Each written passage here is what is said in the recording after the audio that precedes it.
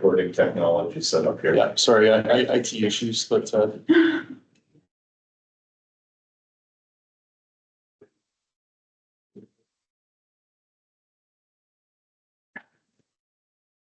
I think we are recording now. Testing. All right. So hello everyone. Oh, Really with microphone. hello. Yeah. Okay. So if this keeps ringing, I will just project my voice. Yeah. Because speaker. Very similar. Testing. All right. Better. All right. Yeah. So thank you for joining us for our first Public Information Center for our Collingwood Stormwater Management Master Plan, Phase 2. So my name is Kirsten McFarland. I'm a project coordinator with Freeland Consulting, who is undertaking this master plan for the town of Collingwood. And I'm joined by Josh Maitland, who is the project manager on this project. We also have Jim Hartman at the back, who is our senior associate with Freeland. So just a bit of background on kind of how we got to phase 2 of this project.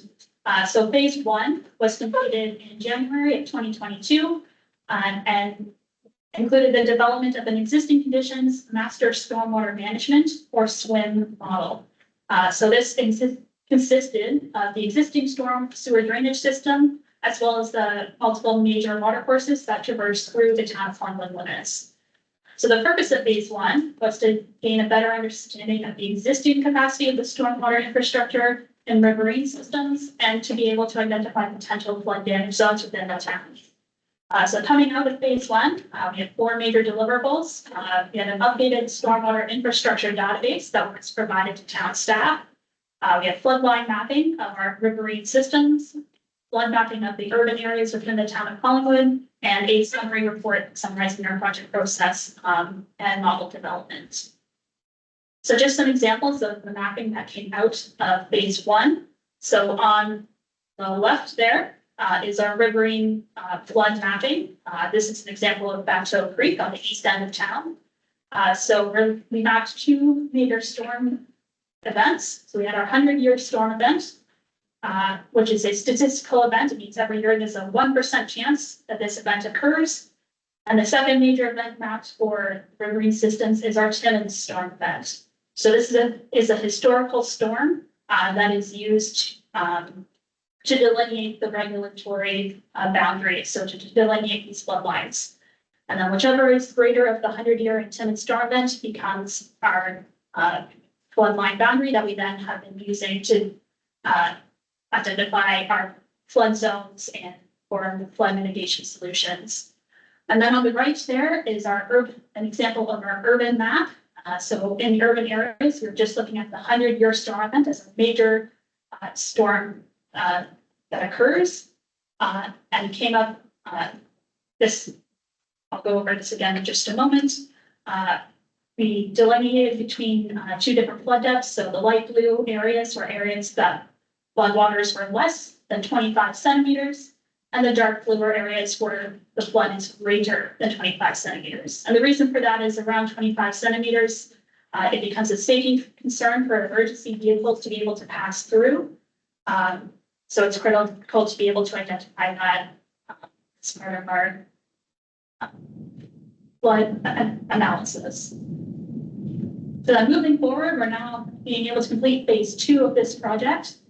So the purpose of phase 2 is to identify alternative solutions to address the identified flooding issues within Collingwood, and to be able to establish the preferred solution to effectively mitigate these flood issues. So we have 3 primary objectives of this assignment. So first, to analyze the model results obtained during phase 1 and identify all the existing flooding problems and opportunities which are related to the existing conditions. And then second, to update the modeling to account for future development scenarios. And then finally, to determine mitigation solutions to that flooding, which align with the municipal class environmental assessment or class EA process. Thanks, Kristen. So as Kristen mentioned, we're doing this project as a municipal class EA, which for those who don't know is a procedure that's set up to follow so that we can ensure that projects are completed in a way that properly assesses the risks and benefits of different project solutions in terms of their environmental impact, including not just the natural environment, but the social and economic environments and technical feasibility of projects as well. So as a master plan, this will complete phases 1 and 2 of the EA process, which is a 5-stage process. Typically phases 3 and 4 only get engaged if your project has significant potential for environmental impacts, which likely will not be the case here. However, if we encounter any solutions that end up being preferred, which would require a phase 3 or greater, that'll be listed in our final report, and there may be some extra work to do. But thus far, we're looking primarily at solutions that would be sorted out through the process we're doing now, and then you would move into directly to phase 5. There's no more significant impacts that need to be assessed. And phase 5 is implementation. So that would include detailed design and tendering construction. So again, this study is Schedule B Class EA, and it would fulfill phases 1 and 2 of the process. So phase 1 is developing a problem and opportunity statement. So defining what is the issue that we have here and how do we begin to address it. And then phase 2 is where you develop your list of alternative solutions and start to evaluate those solutions for, to determine which ones are best to proceed with and move forward. So as far as phase 1, the problem and opportunity statement for this project, as it tends to be for master plans, is a bit of a wordy one. But the objective of this stormwater master plan is to identify and select preferred alternative stormwater management solutions to address existing and future anticipated flood issues in Collingwood. So the selected solutions will minimize impacts to both the natural and social environments and will be both technically feasible and economically sensible. This is our mission statement for the project. The SWIM master plan will also provide existing and future conditions infrastructure modeling and asset management planning recommendations for the systems that we identify. So at the end of the process, we're going to have a list of projects that need to be implemented over time to address the issues of flooding within Collingwood, and we'll provide recommendations to the town as far as when to start slotting those projects in moving forward in the future. So again, just sort of a high level image of our process to date. So Kristen already ran you through the previous process where we completed phase 1. Phase 2 began with updating the existing conditions modeling, finalizing that problem statement, and quantifying the flood damage, which you guys may have seen on the boards, and which we'll be going through in a little bit more detail here shortly. Currently, we're at the point of the process where we develop and evaluate our high-level solutions or our long list of solutions, and present those initial findings now that we've got the modeling sort of updated to the public. So that's where we are today. So from here, we go into developing more detailed solutions, looking at system-wide changes that may impact solutions, and then developing site-specific solutions that we then evaluate in detail. There's also going to be a process of cutting down our long list of solutions, which we'll go into here in a little bit, the screening process. And following the screening, we get into detailed evaluation. That's when we start looking at all the costs and benefits of each of the different solutions for each of the different areas. And from there, we prepare our draft report with our list of preferred solutions. And we present that then to the public again at the second PIC, which will be in the fall of this year.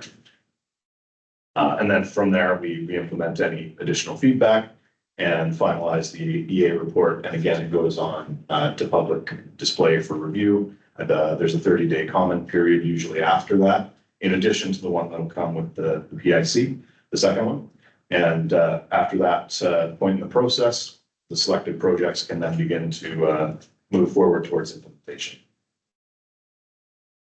So Kristen's just going to run you through our overview of the flood damage centers that have been identified to date.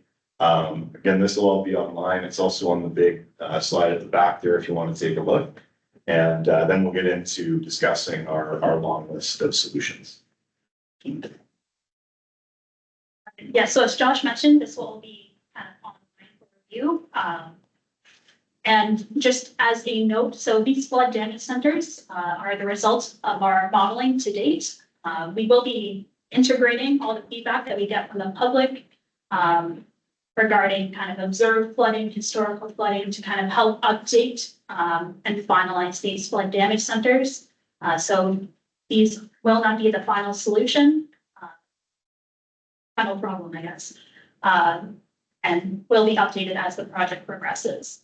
So looking at the mapping here, again, light blue is those areas where flooding is less than 25 centimeters, dark blue is where it's greater. And this is the west end of town. So you're looking at the tree streets, kind of north of 6th Street. And we've kind of identified 7 flood damage centers in this area. We're all somewhat connected, however, have slightly different causes. And then we also, just if you look at the top corner there is a small flood damage center that we've identified off of Harbor Street near Dawson Drive. So then looking a little bit further south in the town of Collingwood, so this is still the central area of Collingwood. Here, Ontario runs right up the middle of that figure. We've identified a few more flood damage centers in this area. As you can see, number 8 is kind of the integration of, this has been observed flooding that currently isn't in our model. So we will be looking at why that is and updating our model and ensuring that historical and observed flooding areas are integrated into the project process. Moving further east, you can see Pretty River running right up through the middle of that area. And we've identified 3 further flood damage centers within the urban center here.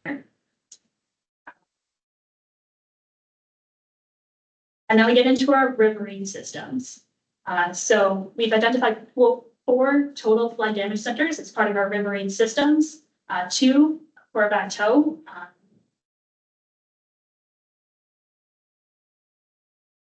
And then 2 in the Silver Creek and Townline Creek areas. So these are very large areas that we've identified flood damage centers that have been modeled through this process.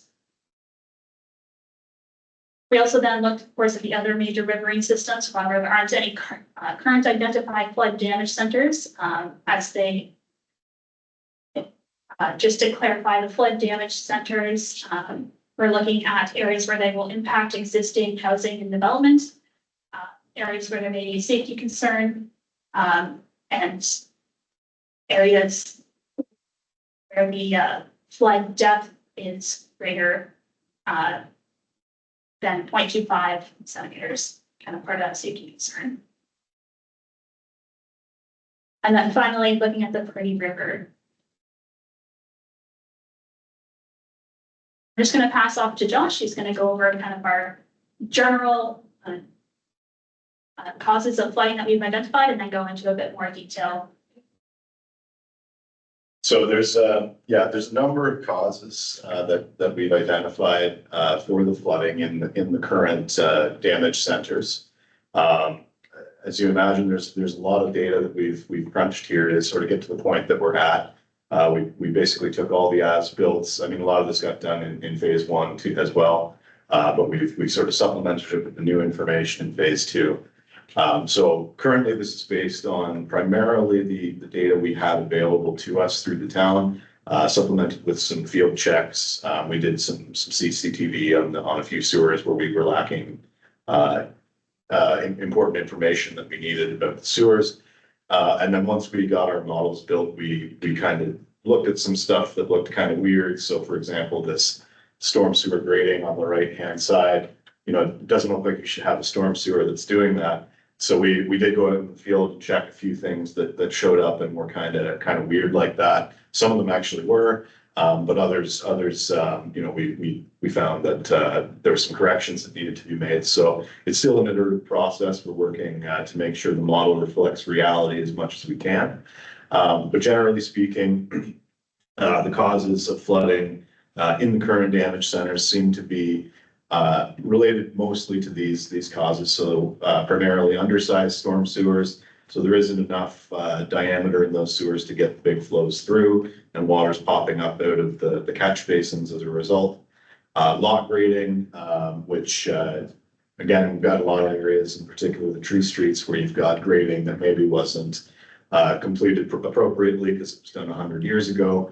Or you know, for whatever reason, the lot grading is contributing to flows. Maybe the road is higher than the lot, things like that. The storm sewers themselves, in this particular example, we had a storm sewer that didn't quite go the right way. It was, you know, it was dropping at one point and then going in the opposite direction that it should have been. And again, this is maybe, you know, some historic issues, maybe two projects butted up against each other and there was something wrong there. So sewers like that, we would be probably looking more at solutions that would involve redoing them. And then, of course, the riverine spills is a major contributor. As you saw those areas that Kristen went through. There was some pretty significant coverage and on the Timmins storm for some of those areas. Again, the undersizing, that doesn't just apply to the underground sewers. There are some ditches and culverts that are undersized that will back up and overflow as a result of not having sufficient capacity for the water that goes through them. And in some cases, the right of way itself, there's grading issues on the road or what have you that cause some pooling or redirection flows into places that we don't want them to go.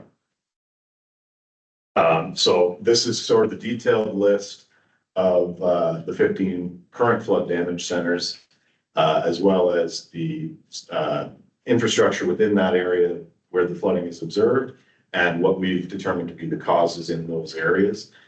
So this is actually up on a board back too, if you do want to take a closer look at this. But essentially our project will be looking at each of these and developing solutions to address the causes that have been identified for each damage center. And as Kristen mentioned before, we'll be adding additional damage centers based on the feedback that we get from the public. And again, some of the field proofing that we've been undertaking to date. So this is just another figure showing where some of the storm sewers are surcharged. So any of the little red dots that you see there are actually points where under the 100-year storm, it's 100-year, right? Oh, this is the 5-story. Yeah, sorry, it's 100.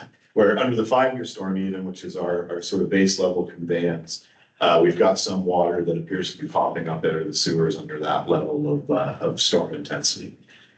So again, our model is pretty comprehensive. We have a pretty good picture here with everything that's been done to date of where the problems are. And you know, I can't set it up to flip quickly between them, but you probably see that a lot of the flood damage centers kind of line up with this figure as well. So as far as the long list of solutions that we've developed, in the EA process, you always look at the do nothing solution. You know, sometimes, but usually not, that can be the best option. But you have to look at it. The purpose of the EA process is really to look at everything, make sure that you can, make sure that you have a sort of holistic approach to the project and you're investigating every possible solution, which sometimes includes nothing.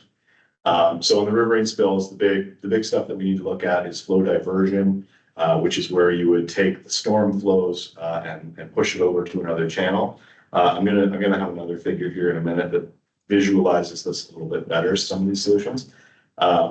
Another one that you would do is oversizing your stormwater ponds, so increasing the volume that you can hold in those facilities during a storm event. Sometimes you over control them, perhaps from development areas, to make sure that you've got some extra storage upstream.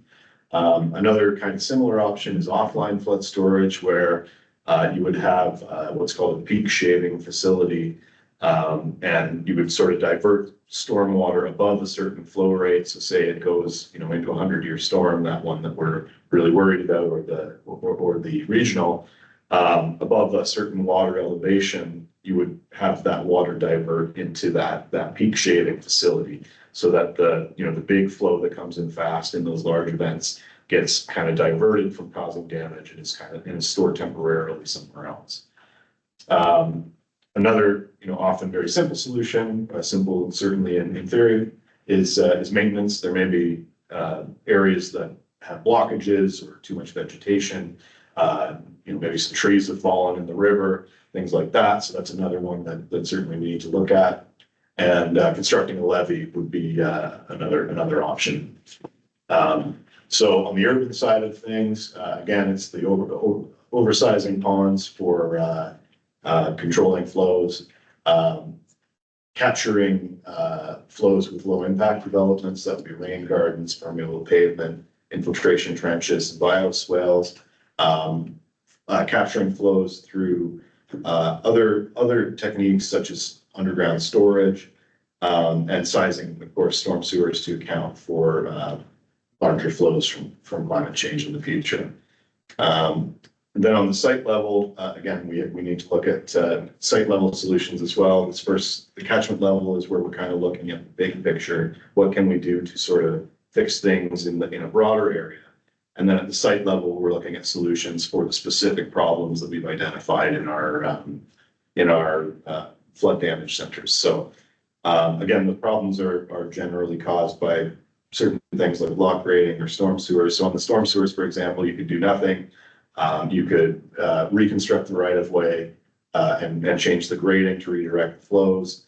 You can replace or upgrade the storm sewers, probably as part of a road reconstruction program would be the most efficient way to do that. You could also replace them separately from that if you had an issue that was large enough to require that. You can implement the low impact development features that I mentioned. We'll show some examples in a second here.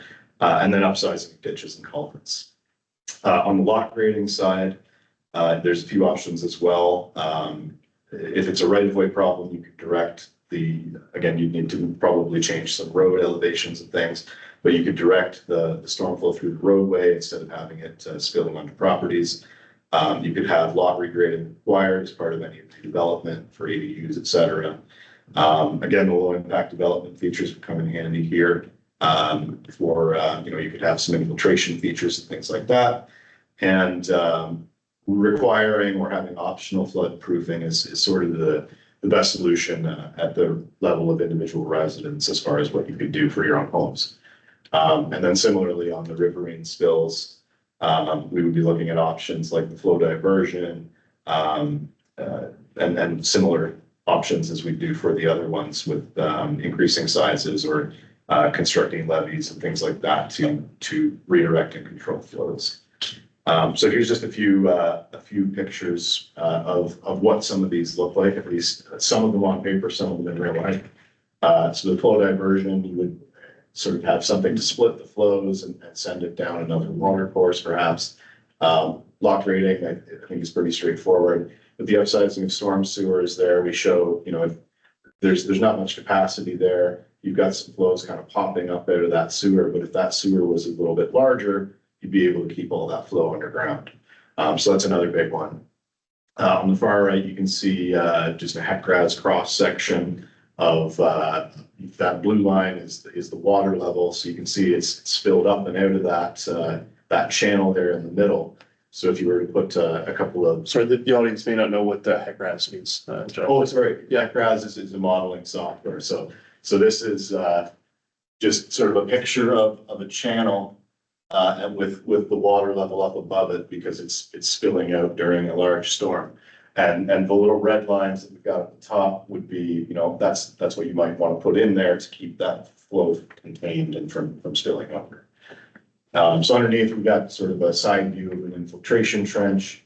And again, sort of a cross section on the bottom of a street side basin with trees. These are all LID type solutions down here.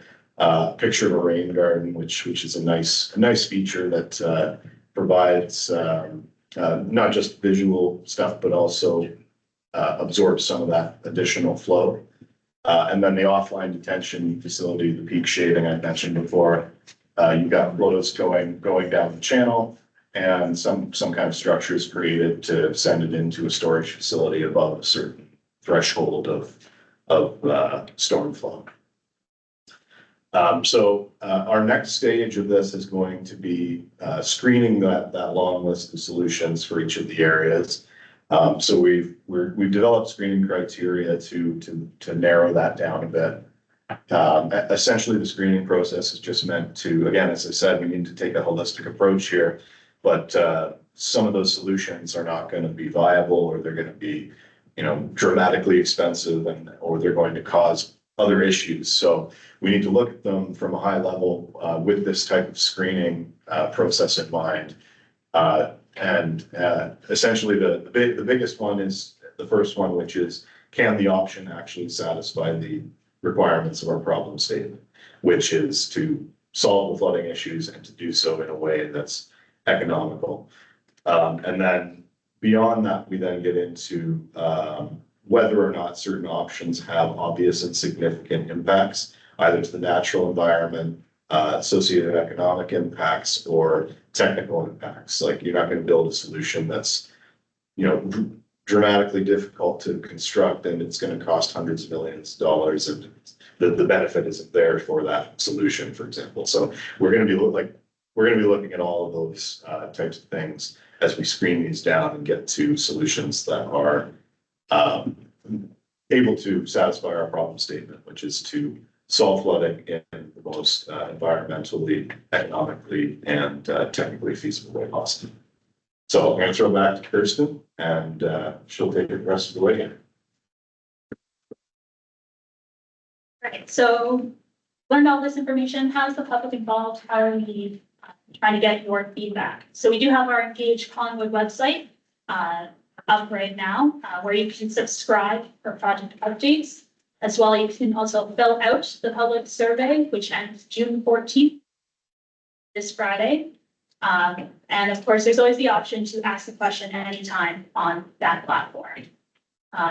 Otherwise, you can, throughout the project process, if you want to have, if you would like to contact the project representative privately, you can email the private or either of our project contacts, Stuart West at the town of Collingwood, Josh Maitland at Greenland. And we have our second PIC in the fall of 2024, which will actually present our proposed solutions and request additional public feedback. So we're looking at this point to incorporate the feedback that we've received so far. So we, of course, as part of the public survey, there has been the option to tag locations where people have identified flooding that either impacts them or a neighbor or a loved one. And that is still available to be updated, and we will take all that information back to incorporate into the project and update our flood damage centers. And then finally, so our next steps. So of course, we're going to collect all the information that we receive from the public. So that will include the public survey, as well as if anyone has any information that they'd like to share outside of the public survey. We do have comment sheets that can be filled out at the back of the room, and then can just be handed in to any of the project representatives or emailed in at a later date. Next, we're going to finalize our short list of solution and detailed evaluation criteria. So we evaluate our long list, develop our short list of solutions, and create our detailed evaluation criteria at that point. We then can evaluate our shortlisted solutions to arrive at our preferred solution for each of the flood damage centers. So at that point, we will be back to consult with the public on our preferred solution at PIC number 2, which is expected to occur in the fall of this year. And then we will then take any feedback received from that meeting and finalize our Class CA. And then kind of next steps outside of the scope of this project would be to implement any of the preferred solutions. Thank you very much for your time. Does anyone have any questions? Oh, Just wanted to add a couple quick things first. First of all, there was the riverine flooding matters. So we have a couple representatives here from the NDCA. Has just observers today. But they would need to be fully engaged on those types of projects, those types of solutions, just for everyone's benefit. The other thing I wanted to add was, sign in sheet at the back, just make sure you sign up. There's more people here who have signed in, so if you want to get, future information about this project, it's good to have your name and contact information. Thanks, Jen. Yeah, we encourage everybody to submit their comments, because the more information we have, the job we're gonna be able to do. So, So in your list of solutions, most of the solutions that you were suggesting would be very invasive in natural habitat areas and setting, like the provincial significant Silver Creek wetland. Have you thought about more natural solutions, like letting the wetlands do their job, adding more trees, rather than taking things away? Have you had that consideration at all?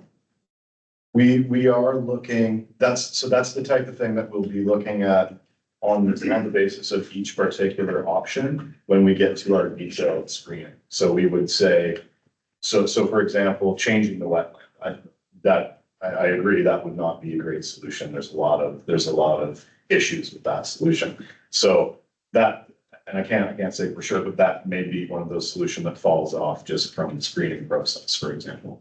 That may be too invasive for the level of damage that we see there. It may not be worthwhile. So that's the kind of stuff that we still need to go through. And once we get to a short list of solutions, then we really drill down into, okay, what are the specific natural environment risks and issues for each of these, say, 3 solutions that we've got for a particular area? And how do they compare against one another? And then we also assess that based, the economics, the technical, the social environment type issues.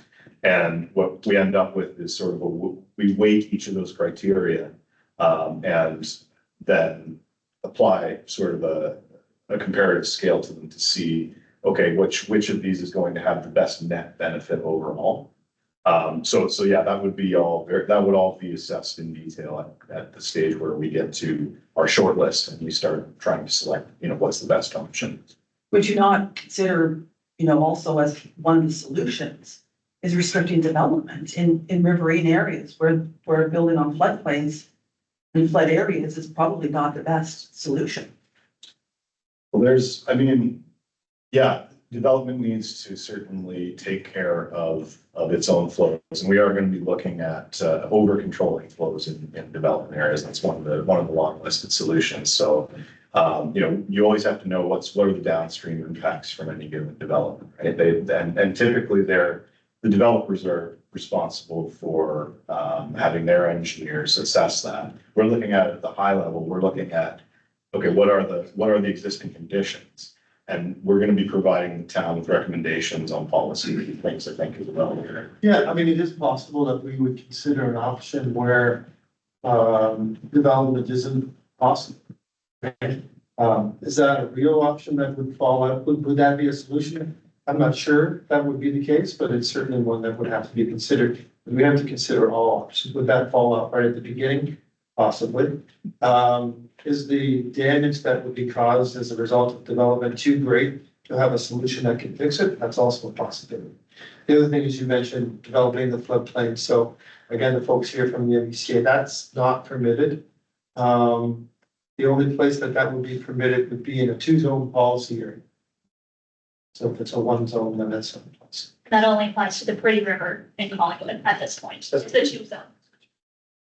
But there's a floodplain that goes around right down by Silver Creek. There shouldn't be development in the flood. Thank you. Great presentation. Thanks, for all that information. My question about the existing conditions models and the different model scenarios you would have evaluated to identify your flooding areas. Were there different future development scenarios I've considered or climate change scenarios that you could speak to? So at this point, we haven't completed our future development scenarios. We will be doing 2 of them. So one would be kind of considered a 2051 scenario, looking at essentially existing proposed developments that have all been built out. We have a second one that is considering development essentially to the built boundary of Collingwood within the requirements of the official plan, what the land use is. Yeah. Done, yep. And then as part of those development scenarios, each of them will be including climate change. So, but we will be considering both. That's great. Is there a sort of an anticipated shelf life for this? Not for the study itself, but for the outcome and the recommendations of the study? Would it take us to 2051, hopefully? And then in 2045 or so, you start planning for the next 20 years? Or in the macro terms, how do you sort of plan and budget for this sort of stuff? That's the goal. I know the EA process has, is it still 10 years? Yes, it's a 10-year with a shelf life. If you Yeah, so everything here will be good for 10 years. And I mean, that doesn't mean that after 10 years, all of it just gets obliterated and goes away. You would probably look at your EA again and say, do we need to update this? Or you would look at, the projects you've implemented over those 10 years and see how those, affected things. Are they making an improvement? Does it make sense to continue? So part of what we're doing in this project is to spell that out as in as much detail as we can. We're going to be trying to identify all the priority areas. We're going to provide some asset management input, based on the solutions that we've selected. A lot of stuff will hopefully slot in with capital works that you guys are already planning to, there is a capital works program that the town runs that sort of plans ahead for, which streets in which year are going to be redone. So as much as we can, we're going to try and again, this is just from the perspective of what's the best solution. If we can slot some of these solutions in with those already planned works, that's going to be a very efficient way to do things, right? Because the work's already getting done. So If I could add, go ahead, so Jim, yeah. I was just gonna say, Yeah. probably better for you to answer the 2051 question, which is the county's Well, planning horizon.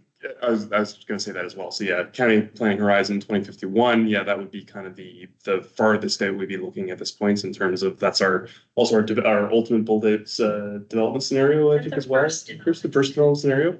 And I just wanted to clarify as well that yeah, the intention would be still to kind of come back every 5 to 10 years as well, and to similar to our other strategic plans as well. Within the town that yeah, there would need to be updates provided from time to time as well, because things change. So we do want to try to capture that change as well, as often as we can. And what we have done with phase one of this project is develop the tool that we can Yep. use that makes the future updates just that much more easier, right? So Yeah. having the stormwater model is the major tool Mhm. that, you're kind of doing, is it fair to say we're gonna be doing like this phase two on a more regular basis rather than, as Josh said, you're continually using the tool in the future to see and, doing more monitoring and just kind of recalibrating that tool and seeing how things change because, the topic of climate change, right? We might see that produces significant changes than we predict with the tool today. And if I can add to that too, we're gonna have, the town's gonna have this model that's built. And so as you implement these new projects, say you change out all the sewers on a certain street, you can go back into the model and tweak just that street. And, presumably the model is gonna show the improvement that we are suggesting. And I mean, we're gonna plug a lot of that into our future conditions model, but it's something, it's meant to be something that you can sort of plug new stuff into as you proceed, and it continues to be a useful tool for monitoring and maintenance and additional feature planning. Thank you. I did have a question regarding, because we're kind of the end of the line here where we are, Pretty River, Bateau, Creek. So all the outlying areas kind of flow into where we sit right now. I wonder if there's any consideration to development in those areas as far as, I'm just talking about the rivers and floodplains right now, that whatever they do can affect what happens here. As far as, 100-year storms or whatever you want to call it. I just wonder if there's any consideration put into that. Yeah, so that's why one of the options we're looking at is having more storm storage in the upstream areas. So that was the catchment level type solutions that we were looking at. So you're correct in saying that, anything that happens upstream is going to have an impact downstream. So that is one of the things we're looking at for sure. Yeah. But just to your point though, that's an existing condition. So, that Josh is thinking about for peak shaving. Those developments would have to achieve the existing condition. So they would have to be just, if it's a 100-year event today that's draining off of those possible development lines, they have to achieve existing conditions. As a minimum. So in best case scenario, that wouldn't change what happens here then? Is that's correct? Yes, that's exactly the way that floodplains are managed in the province. Right, so I just learned this last week that my understanding with development is no matter what's developed there, the outflow shouldn't be any different post-development than it is prior to a development. It can't be any higher. Peak, Yeah, right, the okay, peak outflow.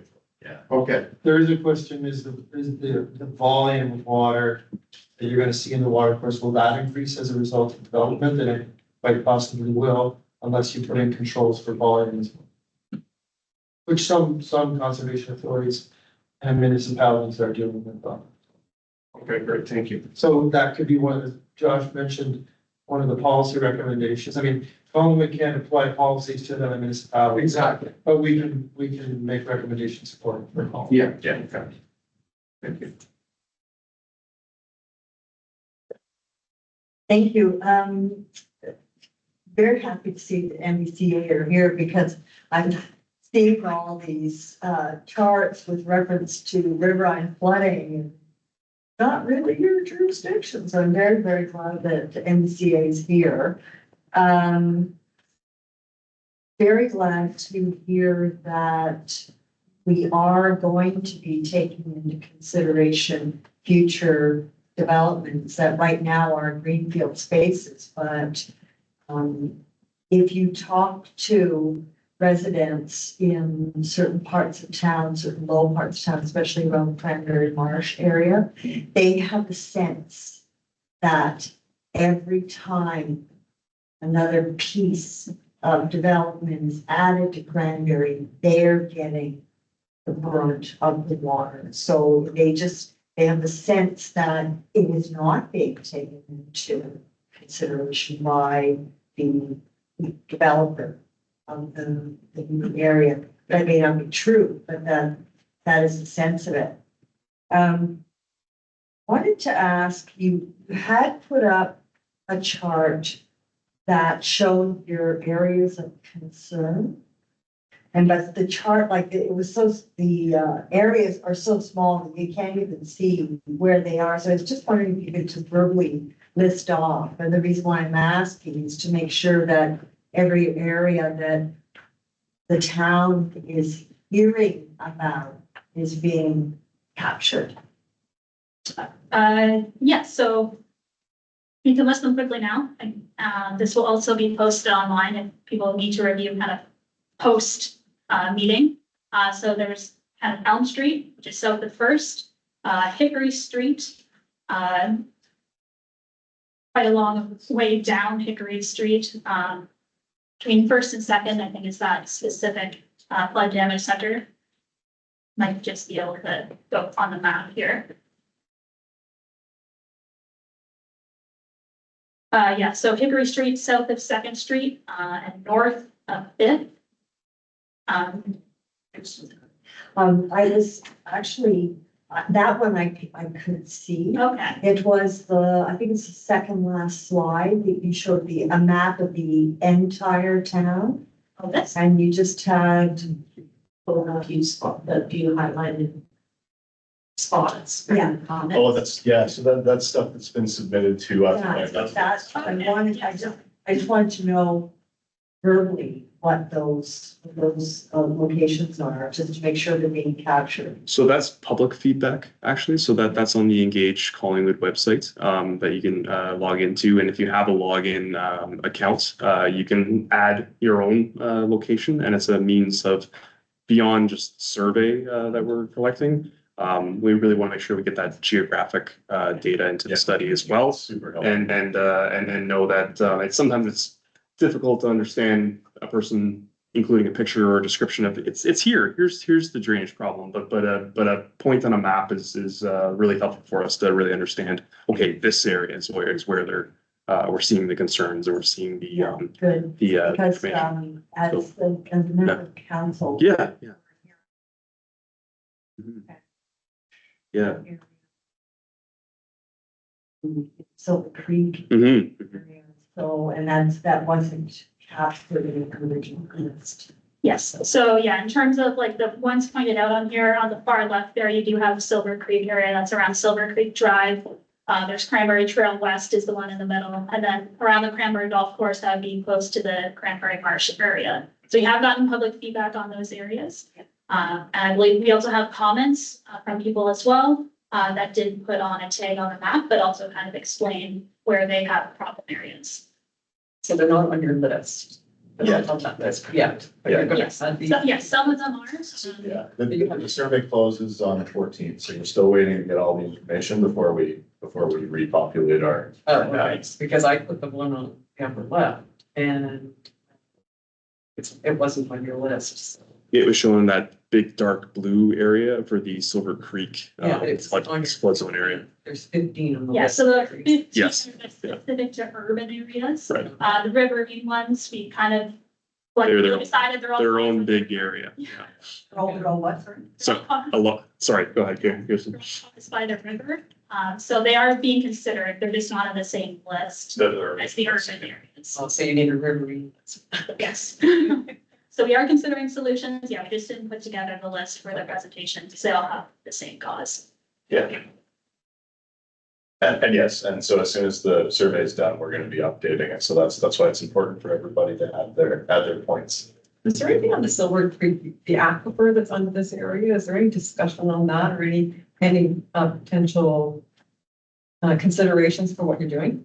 For the, So groundwater, so the aquifer isn't kind of part of the scope of work of this study. Anything kind of related for proposing solutions that will impact flows in the river, we would also want to consider the storage areas, so the wetlands, to make sure that there's no impact within those wetlands as well. And hydrogeology would be looked at when you're going to design and construction for any specific stuff. There'd likely be hydrogen studies, things like how that. do we know how much rock is between the land right now and the aquifer? You'd have to ask a hydrogeologist. Just wondering, maybe you read that already. No, Some vary throughout town. Well, I'm referring to this area here Oh, because it's quite a large aquifer under Yeah. there. So the town may have public information that they can share with you, but that typically that information is collected by the developers when they're doing the developer, when they're doing the I wonder if you- studies to support a development application, they'll have a geotechnical report that's prepared.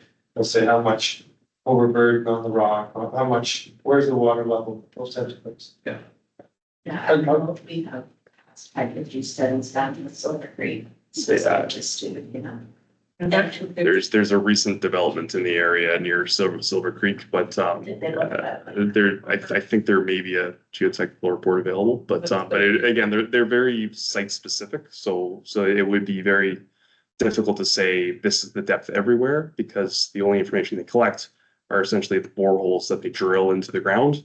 And that shows you the depth of soil to the bedrock, and then somewhere in between there is where your groundwater level is resting as well. I was worried about that. No, but you brought up a couple of good points, Mhm. that we're gonna report here today. So the one thing I mentioned was the volume control.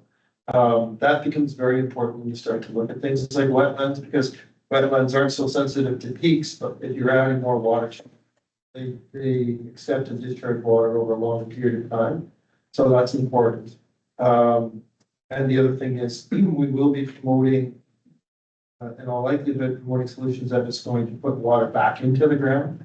So that's where you have a little bit of interfacing between the flood study and the hydrogen. Yeah, good solutions. The best thing about Hurricane Hazel is that it galvanized people's attention and caused the birth, of course, of the TRCA. Has there ever been in the collective history of Collingwood a similar, not similar, there's nothing similar to Hurricane Hazel, but such a galvanizing storm that caused all of the planners to say, this is the sort of storm we need to plan for? That would be the Timmins storm, which is the one we're using here. Yeah, so yeah, nothing specific to Collingwood. That we're- No, not to Collingwood. Thank goodness. Certain regions use certain guided storms, whether it's Hazel or Timmins. So the NBCA falls within the Timmins storm location, and Toronto GTA area falls within the Hurricane Hazel, regional Sorry, storm. when was Timmins? 1961. 1960, 1961. Okay, That is it. good to know. Yeah. Anecdotally, I do recall back in the late nineties, and that was about the same time that they were doing the channelization of Black Ash Creek. And they were also doing repairs on the bridge across on the Highway 26 bridge over Black Ash Creek. And we had a significant rain event, and it actually washed out all of the work that had been done on the bridge. And it had to be closed for, well, more than a few days. Yeah. Until it was repaired. It was a really significant. So yeah, nothing in recent history, and hopefully not. Hopefully we'll continue that way. Right, so yeah, I think that's everything, unless anyone has any other questions. All right, so thank you everyone for coming. Again, if you haven't filled in the sign-in sheet, please do so. And if you'd like to fill the comment sheet, please do that as well. Thank you very much. Thank you for coming, everyone.